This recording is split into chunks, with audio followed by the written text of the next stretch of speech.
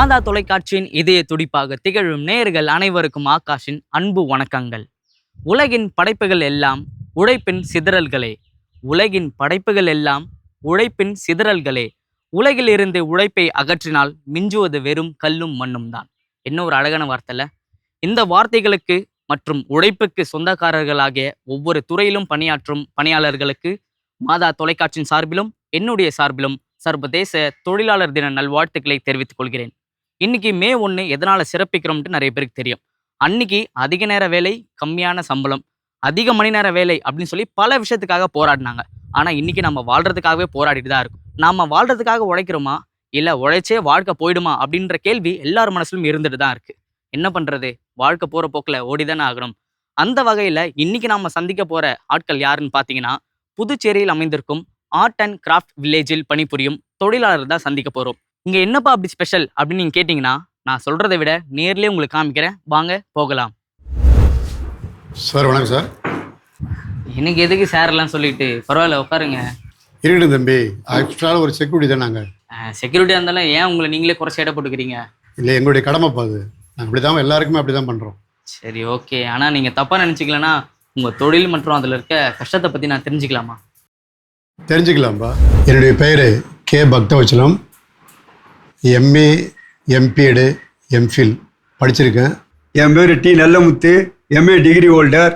என் பேர் திருமாறன், நான் பிஏ படிச்சிருக்கேன். படிச்சுட்டு வீட்டில் சும்மா இல்லாமல் உழைப்பு தான் எனக்கு வாழ்க்கையில் குறிக்கோளாக எடுத்துக்கிட்டேன். என் கூட படித்தவங்க எல்லாமே நல்ல நிலைமையில் இருக்காங்க. இதை நம்ம கௌரவாசிகளும் பார்க்கக்கூடாது. உழைப்பு உயர்தல் தன்னம்பிக்கை நான் இந்த வேலையை நான் இறங்கி நான் செய்கிறேன். மழை இருந்தாலும் காற்று இருந்தாலும் வெயில் இருந்தாலும் நாங்கள் பணிக்கு வந்து தான் ஆகணும்.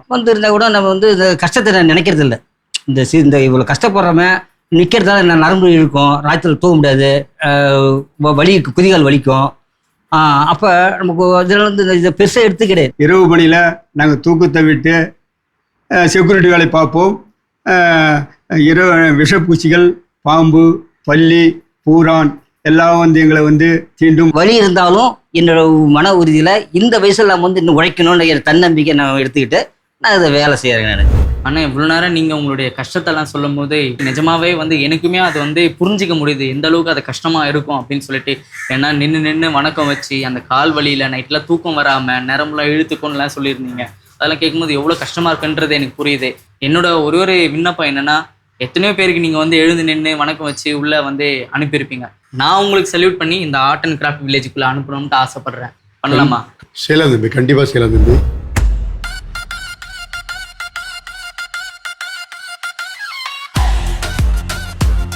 போலாம் சார்.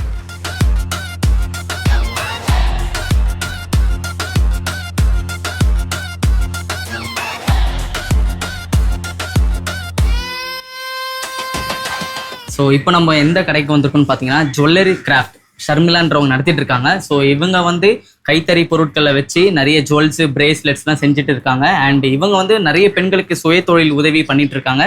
ஸோ அவங்க கடையை பார்க்கலாம் வாங்க.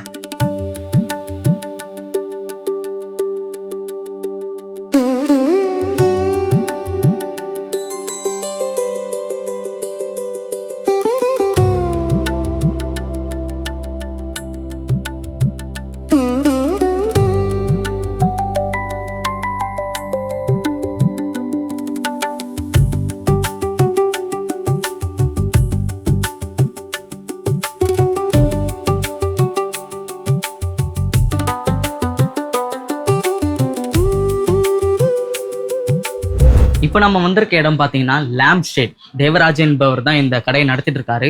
ஸோ லேம்ப் அப்படின்னு சொன்னாலே நம்ம நிறைய மெட்டீரியலில் பார்த்துருப்போம். பட் இங்கே என்ன ஸ்பெஷல்னு பார்த்தீங்கன்னா, பேப்பர் அண்ட் கிளாத்லலாம் இவங்க லேம்ப் பண்ணியிருக்காங்க. ஸோ வாங்க பார்க்கலாம்.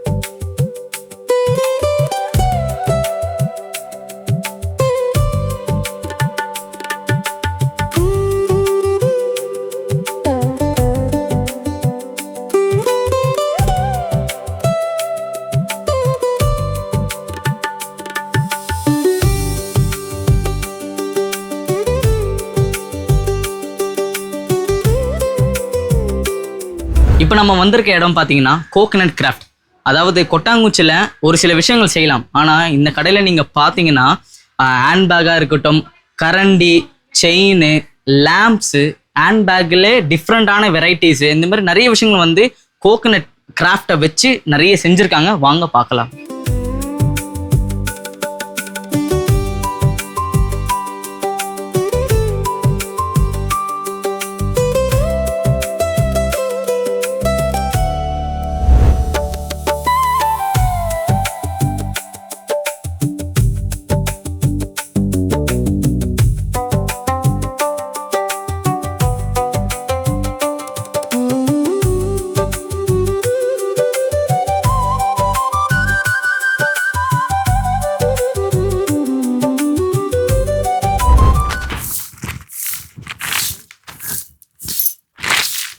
ஏன்பா நில்லு, பெருக்கினுக்கிற குப்பையா போட்டு போறிய. பெருக்கின்னு தானே இருக்கீங்க, அப்படியே சேர்த்து இதுவும் பெருக்கிடுங்க. என்ன தம்பி இவ்வளவு ஈஸியே சொல்லிட்டேன். குனிஞ்சு நிமிந்து பெருக்குது எவ்வளவு கஷ்டம் தெரியுமா? மன்னிச்சிடுங்கக்கா, தெரியாம நான் போட்டுட்டேன். நீங்க தப்பா நினைக்கலன்னா உங்களுடைய வேலை அதுல இருக்க கஷ்டத்தை பத்தி நான் தெரிஞ்சுக்கலாமா? தெரிஞ்சுக்கலாம்பா. என் பேர் அதிர்ஷ்டவேணி. ஆர்ட் அண்ட் கிராஃப்டில் தூய்மையாளர் பணியாளராக வேலை செய்கிறேன். 10 வருஷமாக வேலை செய்கிறேன். நாங்கள் பணியாளராக இருக்கிறது இங்கே வந்து யாரும் எங்களுக்கு மதிப்பு கொடுக்கறது இல்லை. இவங்க பெருக்கிறவங்க தானே, இவங்க பெருக்கிறாங்க, நம்ம பின்னாடியே போட்டு போகுன்ற மாதிரி போயின்னு இருக்கிறாங்க. அதுக்கு எங்களுக்கு ஏற்ற மரியாதை இல்லை இந்த இடத்துல. ஃபஸ்ட்டு நாங்களும் அதே பெருசு பண்ணாதான் காதலை வாங்காமல் நாங்கள் மணி எங்கள் வேலையை பார்த்துன்னு போயிட்டு தான் இருக்கிறோம். நாங்கள் இங்கே வந்து ஆர்ட் அண்ட் கிராஃப்டில் 8 பேர் வேலை செய்கிறோம். ஒருத்தவங்களுக்கு ஒரு உடம்பு சரியில்லை, சுத்தமாக முடியாமலே ஒருத்தவங்க இங்கே வேலை செய்கிறாங்க எங்கள் கூட. அதை கூட பெருசு பண்ணாமல் அவங்களும் எங்கள் கூட வந்து குனிஞ்சு வேலை நிமிர முடியாதவங்க தான், அவங்களும் எங்கள் கூட வேலை செய்கிறாங்க. பெருக்கத்தை தாண்டி பாத்ரூமும் க்ளீன் பண்ணுறோம். இருந்தாலும் வர்ற கெஸ்ட்டுங்க வந்து அதை சுத்தமாக வச்சுக்கிறது இல்லை. அவங்க என்ன பண்ணுறாங்களோ அதை அப்படியே பண்ணிவிட்டு தண்ணி கூட ஊற்றாமல் போயிடுவாங்க. ஒரு நாளைக்கு அதை நாங்களே தண்ணி ஊற்றி வாஷ் பண்ணிவிட்டு இந்த விஸ்பெரு அதெல்லாம் நிறையா கிடக்கும். அங்கே நாங்களே கையால் எடுத்து வந்து கொட்டிட்டு தான் எங்கள் வேலையை பார்ப்போம். அதுக்கப்புறம் கை கழுவிட்டு அதுக்காக கை கழுவுறது கூட எங்களுக்கு எதுவும் சோப்புக்கு இப்போ எதுவுமே கிடையாது. கை கழுவிட்டு சாப்பிட்டு தண்ணியில் கழுவிட்டு நாங்கள் சாப்பிட வேண்டியதான். அக்கா, இவ்வளோ நேரம் நீங்கள் உங்களுடைய கஷ்டத்தை சொல்லும் போது நிஜமாவே அது எந்த அளவுக்கு உங்களை உடம்ப வருத்திக்கிட்டு நீங்கள் செய்கிறீங்கன்றது தெரியுது. இப்போ இந்த இடத்துல நீங்கள் தான் பெருக்க போறீங்களா? ஆமாம்பா. நீங்கள் தப்பாக நினைக்கலன்னா நீங்கள் ஒரு 2 நிமிஷம் அப்படி ஓய்விடுங்க. உங்களுக்கு பதில் நான் இதெல்லாம் பெருக்கி தரேன். பரவாயில்லப்பா, நானே பெருக்கிறேன். இல்லை பரவாயில்லக்கா, உங்களுக்காக நான் வந்து இது கூட செய்யலைன்னா எப்படி? நீங்கள் அப்படி ரெஸ்ட் எடுங்க, நான் உங்களுக்காக பெருக்கிறேன்.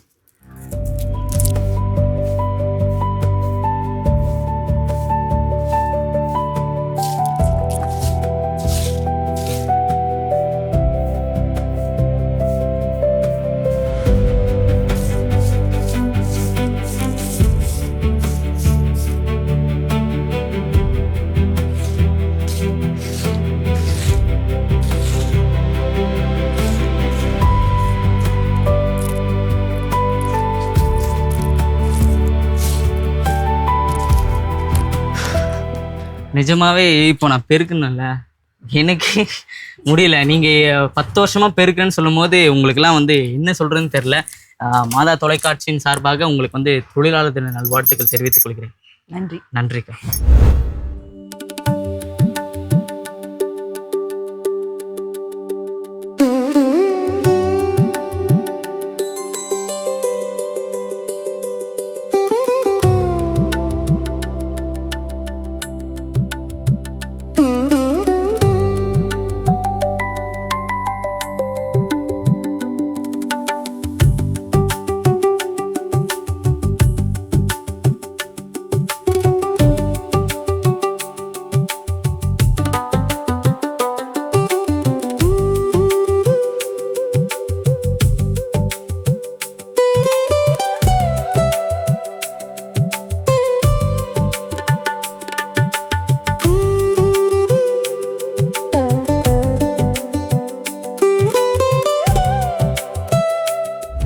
வணக்கம், என் பேர் ஹரிபிரசாந்த்.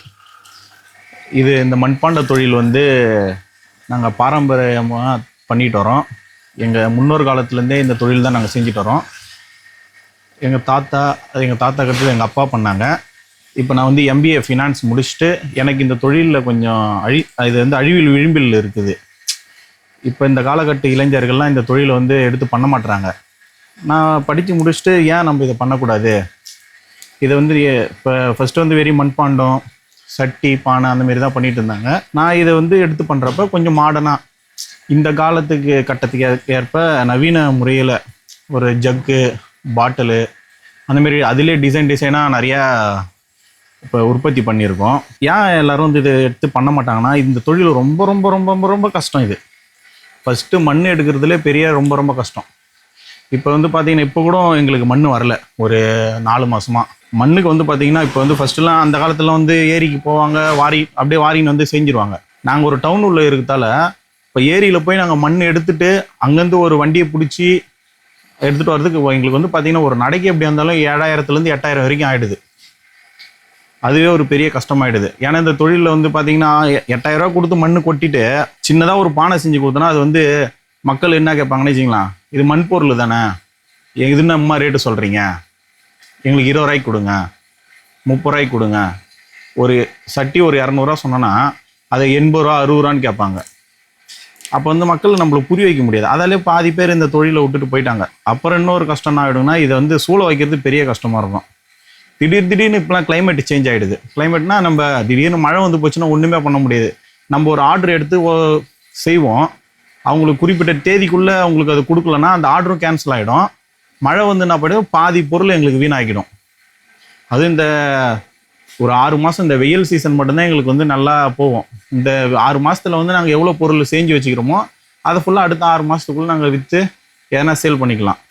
இப்போ நாங்கள் ஒரு பொருள் இப்போ செய்கிறதுக்கு வந்து ஒரு சில இந்த பானை ஐட்டம்லாம் வந்து பார்த்திங்கன்னா காலையில் செஞ்சு மதியத்துக்குள்ளே ஃபினிஷ் பண்ணிவிடுவோம். அதுவே இந்த சிலைங்க இதில் போனோன்னா யானை, குதிரை அந்தமாரி ஐட்டம்லாம் பார்த்திங்கன்னா ஃபஸ்ட்டு ஒரு நாள் வந்து தனியாக கால் பிடிச்சி வச்சுப்போம். அதுக்கடுத்து 2ஆவது நாள் அது லைட்டாக காய விட்டு மறுபடியும் உடம்பு ஏற்றுவோம்.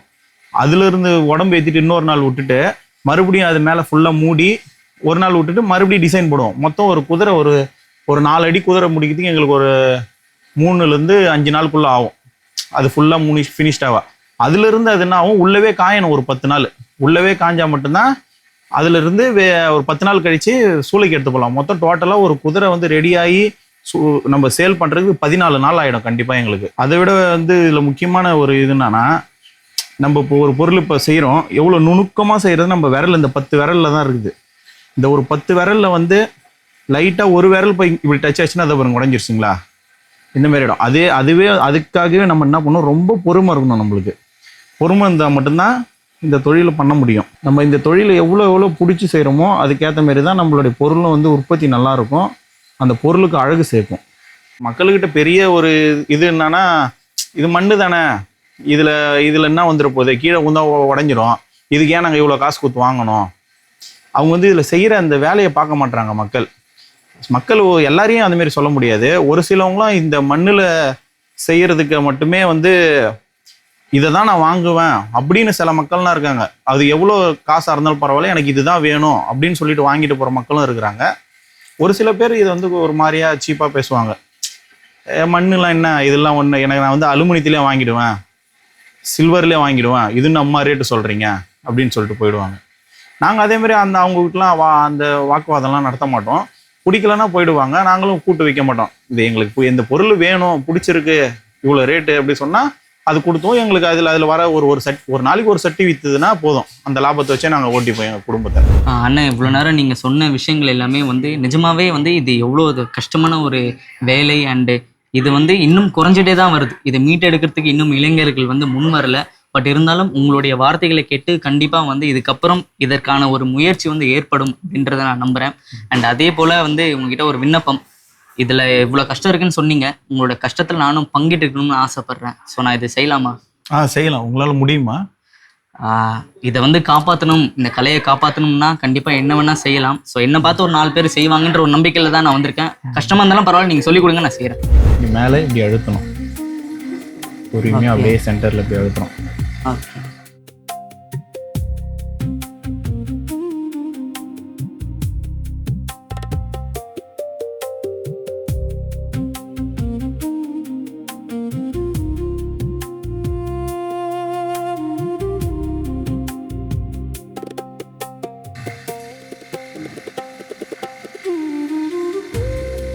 இங்கே லைட்டாக இங்கே இந்த விரலால் இங்கே எப்படி டச் பண்ணுங்க.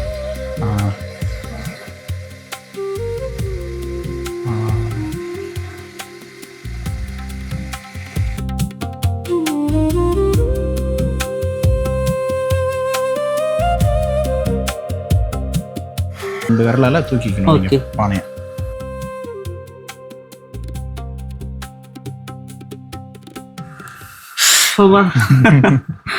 முடியல. ஸோ ஒரு பானை செஞ்சுருக்கோம். அண்டு ஒரு இடத்துல உட்காந்துட்டு இடுப்பும் வலிக்குது. ப்ளஸ் வந்து கை வந்து 10 விரலும் வந்து ஒரே மாதிரி இருக்காதுன்ட்டு சொல்லி கொடுத்துருக்காங்க. 5 விரலுமே ஒரே மாதிரி இல்லை. ஆனால் இந்த 5 விரலும் ஒரே மாதிரி இருந்தால் தான் இந்த மாதிரி பானைலாம் செய்ய முடியும் அப்படின்றது இப்போ தான் நான் தெரிஞ்சுக்கிறேன். ஸோ அன்பார்ந்தவர்களே, இங்கே பாருங்க, இதுதான் நாங்கள் செஞ்ச பானை. நிஜமாவே நீங்கள் சொல்கிறது இப்போ தான் எனக்கு புரியுது. வெளிலேருந்து பார்க்கும்போது எங்களுக்கு வந்து எவ்வளோ ஈஸியாக இருக்குன்றது அதை பார்க்குற எங்களுக்கு மட்டும்தான் தெரியுது. ஆனால் செய்யும் போது தான் தெரியுது அதில் எவ்வளோ கஷ்டங்கள் இருக்குது. என்ன மாதிரியான ஒரு வந்து துல்லியமான ஒரு விஷயம், லைட்டாக தொடுறதா இருக்கட்டும். ஸோ கான்சென்ட்ரேஷன் இல்லைன்னா கண்டிப்பாக இது வந்து எதுவுமே நடக்காது. அண்ட் தேங்க்யூ ஸோ மச் அண்ணா, எனக்கு வந்து இதை வந்து சொல்லி கொடுத்ததுக்கு ரொம்ப நன்றி. ஸோ இப்போ நம்ம வந்திருக்க இடம் பார்த்தீங்கன்னா ஸ்டோன் கார்விங். ஸோ ஸ்டோன்லேயே வந்து நிறைய சிலைகளுக்கு வந்து வடிவமைத்து அதுக்கு ஒரு உயிர் கொடுத்து வச்சுருக்காங்க. அண்ட் இதுலேயே வந்து உரல் நிறைய விஷயங்கள் எல்லாமே செஞ்சுருக்காங்க. Red marble, black marble, natural stone, கருங்கல், அந்தமாரி நிறைய ஸ்டோனில் வந்து இவங்க வந்து நிறைய சிற்பங்கள் செஞ்சுருக்காங்க. வாங்க பார்க்கலாம்.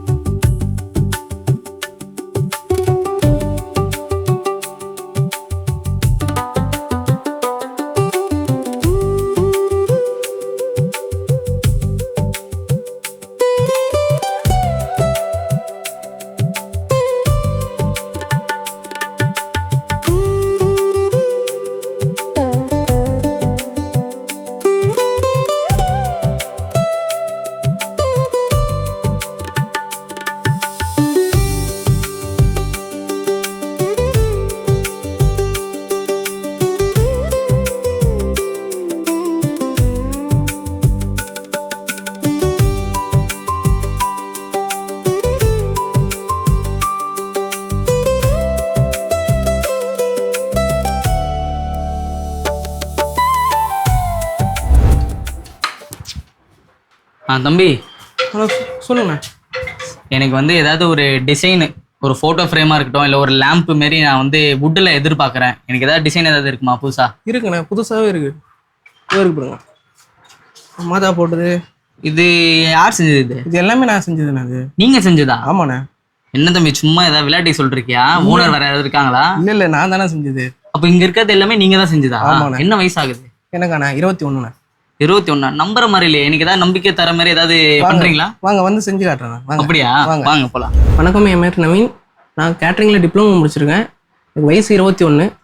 அப்பா கூட வந்து ஹெல்ப் பண்ணுறேன். இந்த கைவினை கிராமம் வந்து வுட் அண்ட் டாய்ஸில் பண்ணுறேன். நானும் அப்போ வந்து இது எல்லாத்தையும் செஞ்சுன்னு இருக்கும். இப்போ இதை வச்சு தான் வந்து நான் படித்ததும் சரி, எங்கள் ஃபேமிலியை ரன் பண்ணதும் சரி, இதை வச்சு தான் ரன் பண்ணது. 16 வயசுலேருந்து அப்பா செய்கிற வேலையிலேருந்து எனக்கு பார்த்து இன்ட்ரெஸ்ட் ஆகி நான் இதுலேருந்து செய்ய ஆரம்பிச்சிருக்கேன். இப்போ இங்கே இருக்கிற பொருட்களில் பாதி பொருட்கள் ஃபுல்லாகவே நான் தான் ரெடி பண்ணது, அப்பா கூட சேர்ந்து. இப்போ அது இல்லாமல் பேர்ட்ஸு இதெல்லாம் புது புது ஐட்டம்லாம் ரெடி பண்ணியிருக்கோம். ஃபஸ்ட்டு ஸ்டார்டிங்கில் வந்து நான் கீச்செயின் செய்ய தான் ஆசைப்பட்டேன் நான். இப்போ நான் வந்து அப்படியே க்ரோத் ஆகி இப்போ வந்து நான் பாண்டிச்சேரி ஸ்டாச்சு வரைக்கும் நான் செய்ய ஆரம்பிச்சிட்டேன். இப்போ அது செஞ்சது இல்லாமல் இப்போ நான் நிறைய புதுசாக, இப்போ நம்ம ஜென்ரேஷன் புதுசாக பார்க்குறாங்க அவங்க. அதனால என்னன்னா இப்போ நம்ம புதுசாக செய்யணும்னு சொல்லிட்டு நான் புதுசாக எல்லாத்தையும் கொண்டு வரேன். வுட் அண்ட் கிராஃப்டில் பொடி வேலை இருக்குது. இப்போ அதில் பார்க்க போது அடிப்படும், கையில் அடிப்படும், எல்லாம் கண்ணில் தூசிப்படும். அதெல்லாம் நம்மளுக்கு ப்ராப்ளம் இருக்குது. இப்போ நுணுக்க வேலைலாம் இருக்குது, அதில் வந்து நம்ம அறுக்கப்படும். இப்போ அதில் இழைக்கணும், ஒரு துளி மாறினாலும் அந்த ஃபேஸ் மாறிடும். உங்ககிட்ட ஒரு சின்ன விண்ணப்பம், நானும் உங்களோட சேர்ந்து இந்த வேலையை செய்யலாமா? வாங்க, கண்டிப்பாக செய்யலாம்.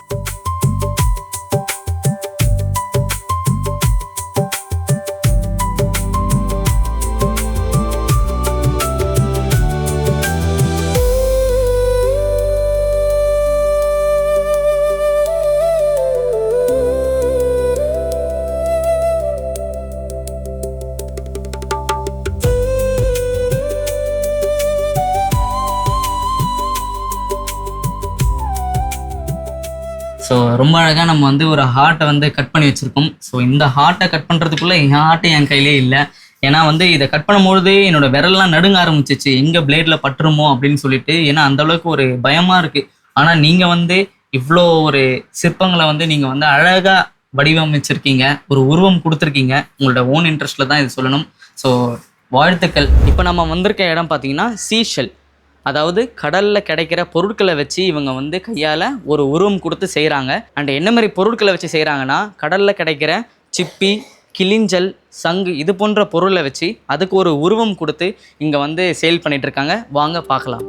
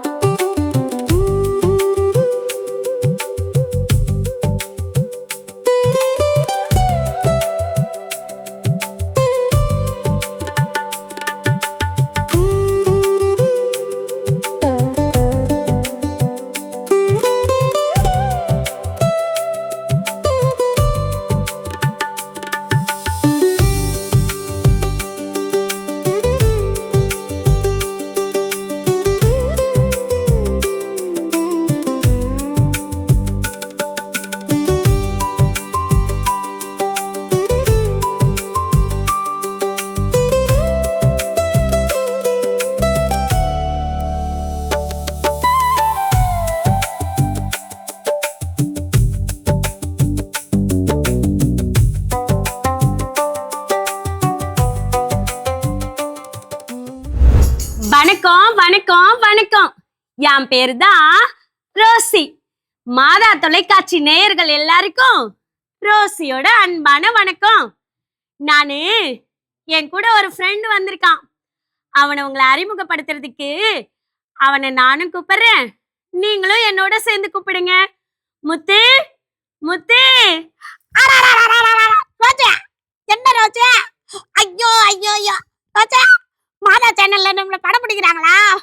ஆமாண்டா முத்து, நம்ம நேயர்கள் எல்லாருக்கும் ஒரு வணக்கம் சொல்லிடலாமா? ஐயோ வேணாம் சொன்னா கூட வரேன். சொல்லு ராஜி, சீக்கிரமா சொல்ல. வணக்கம் வணக்கமுங்க, நாங்க வணக்கம் சொல்லுறோமுங்க. வணக்கம், என்னுடைய பேரு எலிசபெத் ராணி. நான் தன்னம்பிக்கை பொம்மலாட்ட கலைக்குழு என்ற இந்த நேம்ல நான் வந்து ஒரு 20 வருஷமா வந்து இந்த பொம்மலாட்ட கலையை சுமந்து வாழ்ந்துட்டு இருக்கேன்.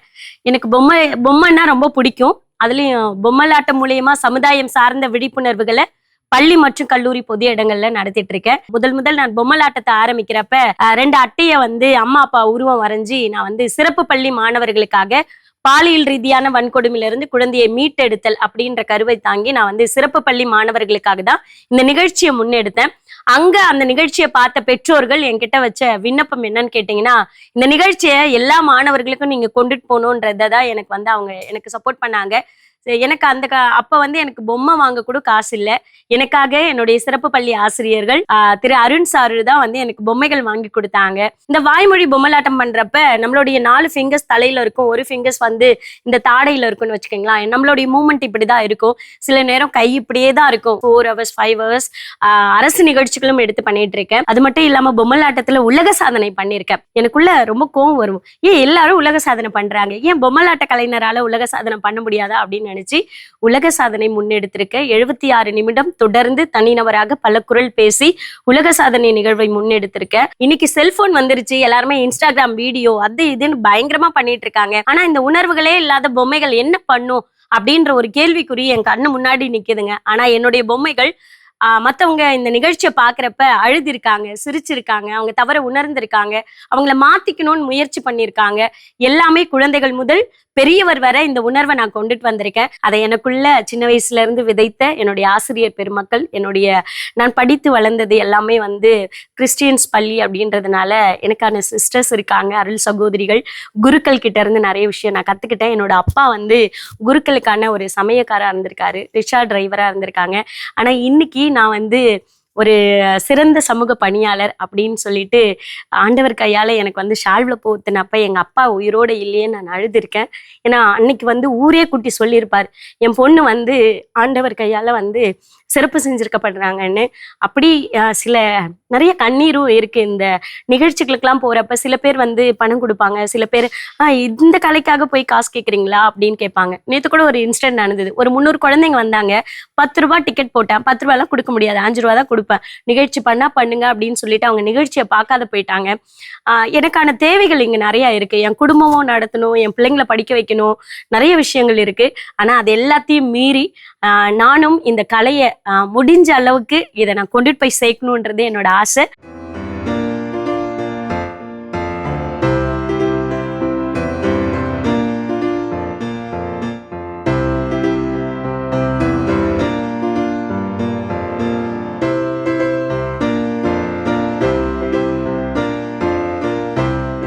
நம்மளுடைய மாதா தொலைக்காட்சி நேயர்களுக்கு உங்களுடைய வாழ்த்துக்களை பகிர்ந்துக்கோங்க. மாதா டிவி நேயர்களுக்கு உழைப்பாளர் தினங்க வாழ்த்துக்கள். மாதா தொலைக்காட்சி நேயர்களுக்கு உழைப்பாளர் தின வாழ்த்துக்கள். உங்களை மாரி ஆட்களுக்காக தான் நம்மளுடைய மாதா தொலைக்காட்சி இந்த மாதிரி ஒரு நிகழ்ச்சியை வந்து முன்னெடுத்து வைக்கிறாங்க. ஸோ அவங்களுடைய சார்பாக ஒரு சிறிய பரிசு. மாதா தொலைக்காட்சி நேயர்களுக்கு உழைப்பாளர் தின நல்வாழ்த்துக்கள். மாதா தொலைக்காட்சி நேயர்களுக்கு உழைப்பாளர்கள் தின நல்வாழ்த்துக்கள். மாதா தொலைக்காட்சி நேயர்கள் அனைவருக்கும் உழைப்பாளர் தின நல்வாழ்த்துக்கள். என்ன மக்களே, இன்னைக்கு நம்ம சந்திச்ச ஒவ்வொருவருமே இரவு பகல் பார்க்காம தங்களுடைய சுய தொழிலை செஞ்சு தங்களுடைய வாழ்வாதாரத்துக்காக எவ்வளவு கஷ்டப்படுறாங்கன்றத பாத்தீங்களா? கஷ்டம், வேதனை, கவலை இப்படின்ட்டு நிறைய விஷயங்கள் அவங்களுக்குள்ள ஒளிந்திருந்தாலும் அது எல்லாத்தையும் ஓரமா ஒதுக்கி வச்சுட்டு தனக்காகவும் தன் குடும்பத்துக்காகவும் ஓடிட்டு இருக்க ஒவ்வொரு தொழிலாளர்களுக்கும் இந்த நிகழ்ச்சி ஒரு சமர்ப்பணம். ஒவ்வொரு வெற்றிக்கு பின்னாலும் எண்ணற்ற மணி நேர உழைப்பும் அர்ப்பணிப்பும் ஒளிந்திருக்கும். அந்த வகையில் இதையெல்லாம் சாத்தியமாக்கிய ஒவ்வொரு தொழிலாளர்களுக்கும் மீண்டும் ஒருமுறை மாதா தொலைக்காட்சியின் சார்பிலும் என்னுடைய சார்பிலும் சர்வதேச தொழிலாளர் தின நல்வாழ்த்துக்களை தெரிவித்துக் கொள்கிறேன். வியர்வை சிந்தும் கரங்கள் உயரட்டும். மீண்டும் மற்றொரு சிறப்பு நிகழ்ச்சியில் உங்களை சந்திக்கும் வரை உங்களிடமிருந்து விடைபெறுவது உங்கள் ஆகாஷ்.